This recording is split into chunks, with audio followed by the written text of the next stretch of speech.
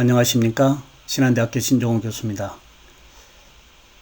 총이치 기공학 2019년도 2주차 수업 플립트러닝입니다. 플립트러닝, 즉 거꾸로 수업 왜 진행해야 된다고 생각하신가요?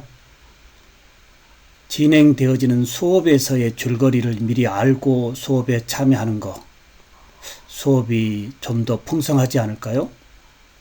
이러한 맥락으로 강의 전에 여러분에게 진행되어진 수업의 큰 줄거리 여러분에게 먼저 보내고 어느 정도 학습하고 그리고 학습 후에 이 궁금증 부분을 수업에서 토론회 수업으로 진행하고자 하는 부분입니다.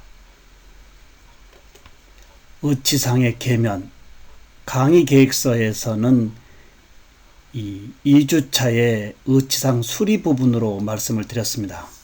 그러나 의치상의 수리 부분은 총이치 실습에서의 이 조별, 토의에 의한 문제 해결의 수업으로 진행되어지고 있기 때문에 제가 먼저 말씀을 드린다면 여러분들의 생각의 범위를 더욱 끄집어낼 수 없는 이러한 이 막힌 수업이 될 수 있어 진도를 약간 변경합니다.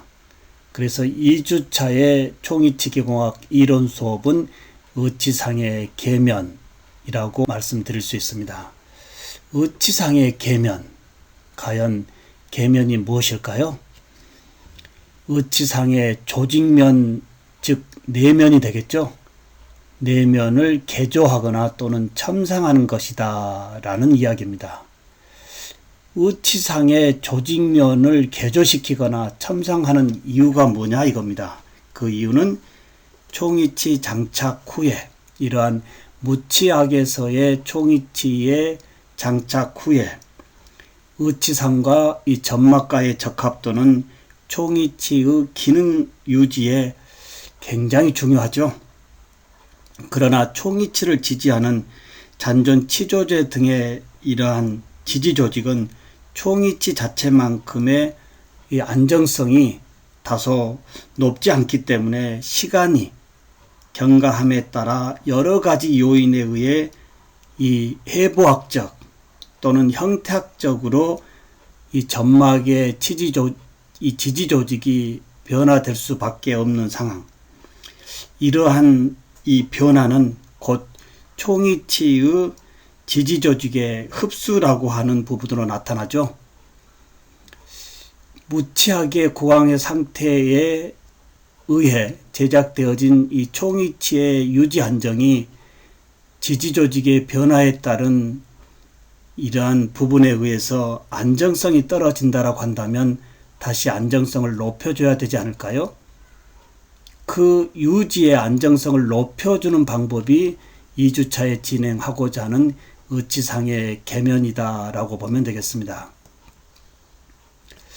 의치상의 계면, 즉 의치의 조직면이 의치의 지지 조직에 보다 정확히 적합되도록 의치의 조직면을 새로운 의치상 재료로 재형성해 주는 것이다 라고 보면 되겠습니다. 즉 변화되어진, 즉 좀 더 이 해부학적인 여러 요인에 의해서 퇴축되어진 이러한 부분을 새로운 의치상의 재료로 이 첨상해 준다라고 하는 것, 이 부분이 의치상의 계면이다라고 보면 되겠습니다. 즉 총이치 지지 조직이 그러면 흡수되면 어떻게 될까요? 총이치의 유지와 안정의 저하가 되겠고요. 그리고 기능에서의 교합 고경의 저하가 올 수 있고요. 그리고 입술이나 뺨 등 안면 조직에 대한 지지 결핍에 의한 유지 안정 떨어질 수밖에 없겠고요. 부정확한 교합 관계에 의한 의치의 수평 이탈 또는 이동될 수밖에 없는 거예요. 그리고 교합 평면에 재편성을 해줘야 되고요. 의치상의 헐거움 등의 임상적인 변화 발생에 의한 이 만족도는 저하될 수밖에 없다라고 하는 거. 당연히 계면으로 만족도를 다시 되찾아줘야 되겠죠.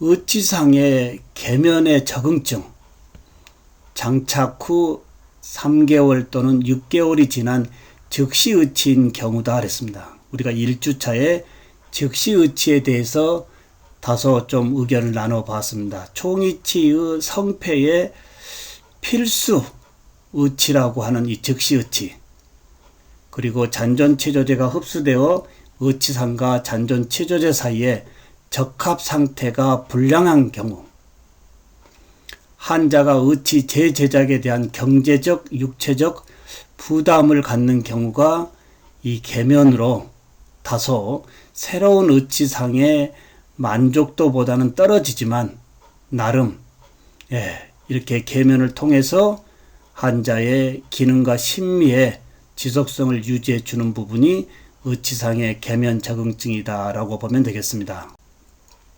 그러면 의치상의 계면을 어떤 방법으로 해주면 될까요? 의치상의 계면 방법, 즉 적합 불량에 따른 이 내면을 개조하거나 또는 채워주는 첨상의 방법이라고 하는데요.